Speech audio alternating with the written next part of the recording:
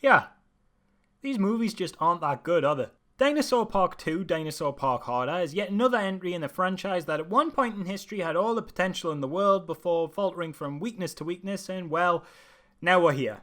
It's not that Jurassic World 2 is really bad, it's that, well, it's Jurassic World 2 in the exact sense that it definitely feels like another Jurassic World movie and comes with all the setbacks that the first reboot/sequel did.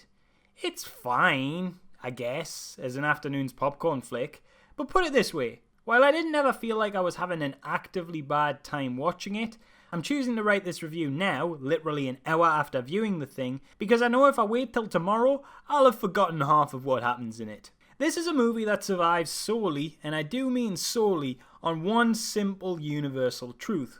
Dinosaurs are proper cool as shit.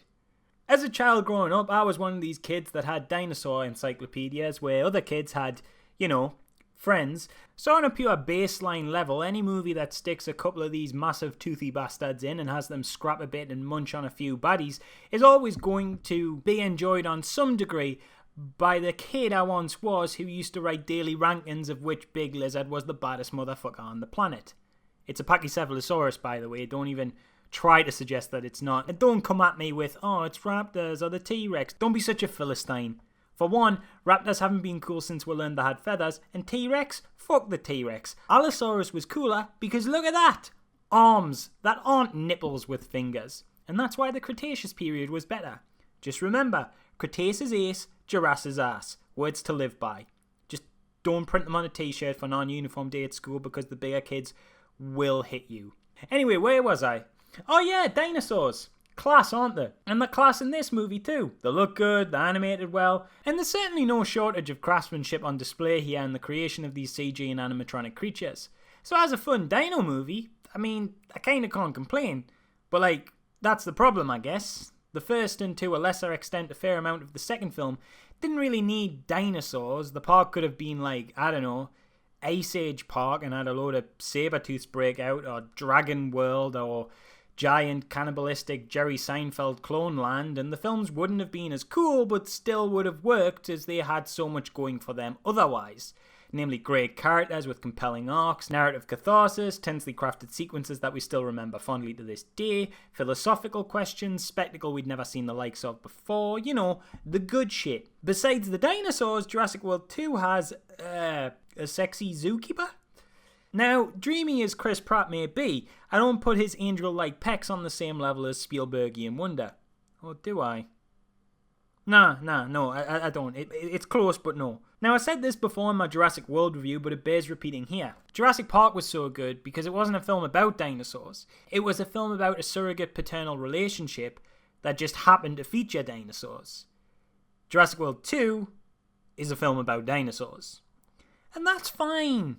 It's fine. It's totally fine. It's fine. Hell, I can't even say I'm disappointed this time round because, well, the last one was that. So this is exactly what I and probably everybody else expected. A very expensive looking theme park ride with beautiful people at the helm. And believe me, there's definitely worse ways to spend 2 hours, but I did still hope for more because that first film, as okay to below average as it was, made some serious dank, which, to my personal interpretation, puts this reboot franchise as industry top tier level serious blockbuster, alongside the likes of Star Wars and Marvel movies. And if you ask me, the big blockbuster franchises are being pretty kind to us lately, with some really risky and genre-defying efforts. And then we'll get this, which I guess is Universal's foot forward into that same profit-smashing ballpark, and it's very safe and instantly forgettable. Cool. There's even a lot of points where I'd say it's just straight up actively bad and misguided. If it just jumped from dumb fun action set piece to dumb fun action set piece, I'd probably have less bad things to say about it. But my god does it insult the audience's intelligence sometimes. For a start, the whole catalyst for the plot is that our 2 protagonists end up leading the cause of a dinosaur protection group founded by one of them, Claire, and have to go back to the abandoned Jurassic World theme park of the first film because a volcano on the island is going to make dinosaurs extinct. Again. And my first question to that is, why did you build your dinosaur Disneyland next to an active volcano in the first place? I'm no theme park expert or geologist, but that seems like a bad idea. Also, call me heartless, but save the dinosaurs? I mean, why? They kill everybody and everything. It's happened 4 times now. It's not a good idea, guys. And I love dinosaurs. But I don't want one in my back garden, you know?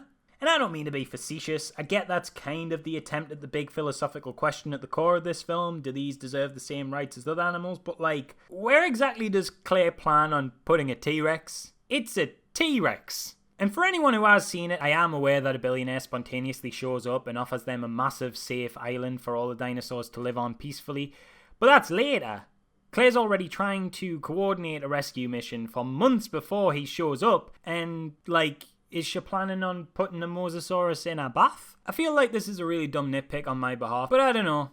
I'm just not buying this catalyst or the ideas it's trying to cover. Especially when this sole explorative concept of the rights of a manufactured and dangerous species is dissected so thinly, the discussion surrounding it is basically relegated to an opening and closing exposition dump given to us by an extremely lazy news bulletin and a cameo appearance by Jeff Goldblum monologuing. Yeah, you heard that right, Goldblum gets the cameo role. For all the marketing he appeared in, he's probably in the movie for a grand total of like 2 minutes. At least he gets a payday, I guess. Guy's talented and I like him, but he really didn't need to be here. There's also some really genuinely bizarre writing choices, but I'll have to get into spoiler territory for that, so turn the video off now if you don't want to hear them. Just know that I don't recommend the movie particularly, and get on with your day, have a good time. If you're not bothered about spoilers though, I really feel like I want to talk about these, because one that particularly stuck out to me is the inclusion of a new comic relief side character whose comedy comes from the notion that he's not very masculine. It's about as funny as it sounds and gets really, really old really, really quickly. Anyway, a running gag with this guy is that he's terrified of the T-Rex. As they go into the park, he asks for reassurance that they won't bump into a T-Rex. Every time they hear a noise, he asks nervously if it's a T-Rex. Anytime they're confronted with potential danger, he panics thinking it's the T-Rex. You get the idea. And I'm thinking, okay, I can see where this is going. There's going to be some jokey payoff where the T-Rex shows up and he freaks the fuck out in a really funny way. Or, even better, there's going to be a moment where one of his friends is in danger and he sees it's a T-Rex attacking them and he's got to get a bit of an arc and a hero moment where he has to overcome that particular emphasized fear, because that's how writing works. If you set something up, you have to pay it off. This motherfucker doesn't fucking react any fucking differently when the T-Rex fucking shows up. If anything, the dude has less of a reaction. Hell, they even have an opportunity to set up for a joke, as in his first and only encounter with the T-Rex actually indirectly saves him by attacking another dinosaur that was chasing them, and I was waiting for the cut back to him with a quick, "I love the T-Rex, it's my favourite dinosaur" gag, but nah, nothing. Why did they keep having him repeat this specific fear? What were they building up to? This is like the Cabin in the Woods merman joke without the punchline. I know it probably feels like I'm going in pretty hard on this, but it just really stood out to me as baffling writing. And it certainly isn't the only instance. We're forced yet again to sit through the chemistry-free romance of Claire and Owen once more. The film starts their relationship in this movie by establishing they separated months prior to the events of the film, which I had kind of hoped meant we would just get a platonic relationship here and do away with the terrible out-of-nowhere suddenly romance finale of the last film that I'm pretty sure everybody, even those who liked the movie, thought was absolutely shoehorned in at the last minute in an effort to tick off another box on the blockbuster checklist. But it seems like instead they broke them up just to tick that box again. Yay. Because we get another really out of nowhere passionate kiss where the only prior build up was when our hero, Chris Pratt, sniffs Bryce Dallas Howard's hair without her knowledge while she sleeps. Which, don't do that, Chris. Like, ever. I'm not talking like you just leans in and his nose is at head level. He has a proper good whiff, He gives it the beans. There's like nasal noises and shit like it's minging. He's not messing about. It was fucking weird. I guess it was supposed to come off as romantic or something, like, aw, he still has feelings for her, but nah. If I sniffed my ex-girlfriend's head while she was asleep, that's some Buffalo Bill shit right there. It's not wearing her skin, but it's on that path, Glad we got that scene. Just a big old A big old head sniff. Other oddness includes characters who are just utter fucking imbeciles. I'm not shitting you. There's a moment where one of the side character good guys asks the villain to call the police on himself. Spoilers, he doesn't do that. And I don't know why this old professor dude expected that to work. This guy murdered himself with that decision, the fucking dipstick.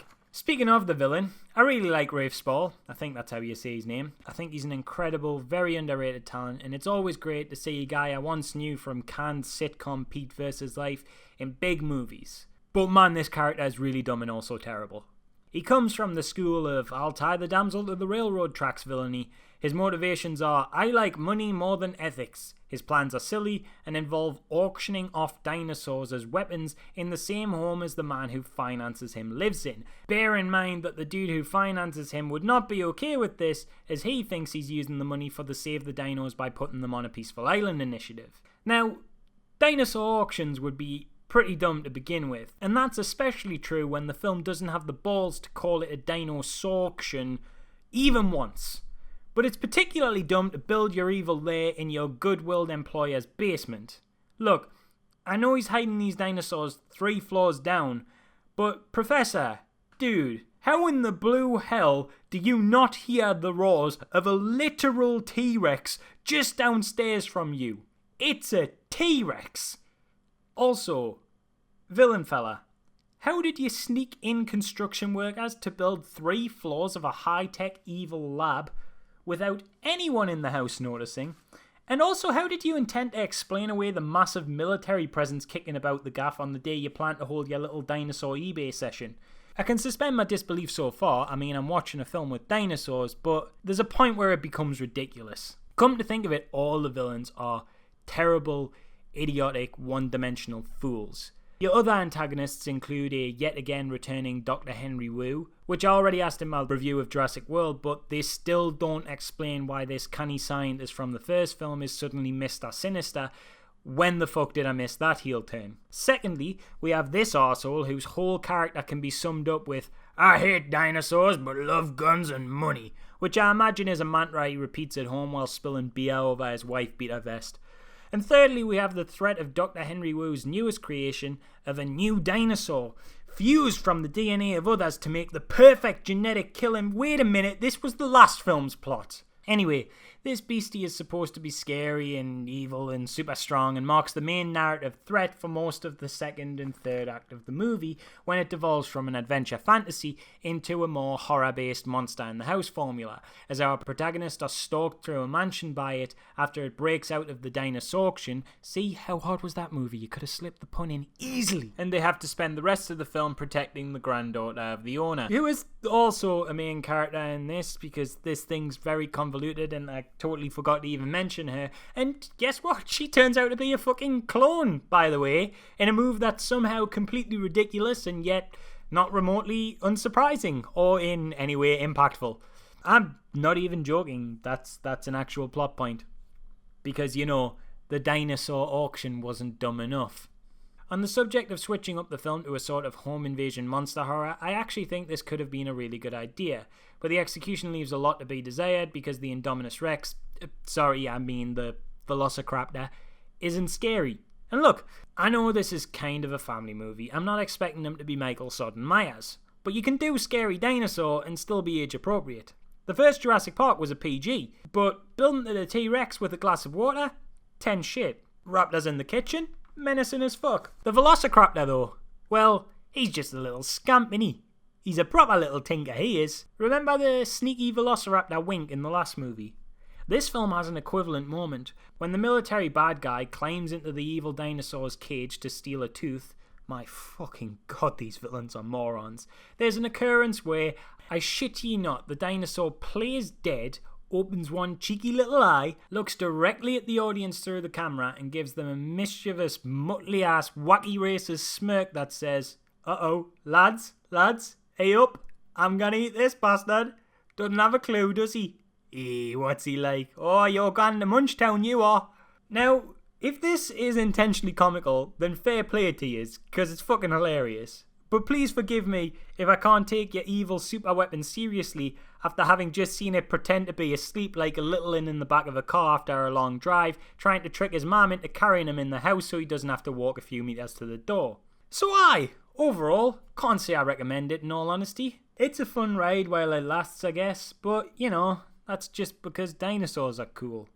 Outside of that, the characters aren't really interesting, the story fails to explore any ideas meaningfully, the villains are thick as pig shit, the plot's silly in ways that goes far beyond the innate required silliness of a movie with dinosaurs. But you know, on the other hand, its action set pieces are cool, I guess, and it's got my boy the Pachycephalosaurus in, so bonus points there. If you're gonna see it for giant angry lizard fights. But know that that's all you'll be seeing it for.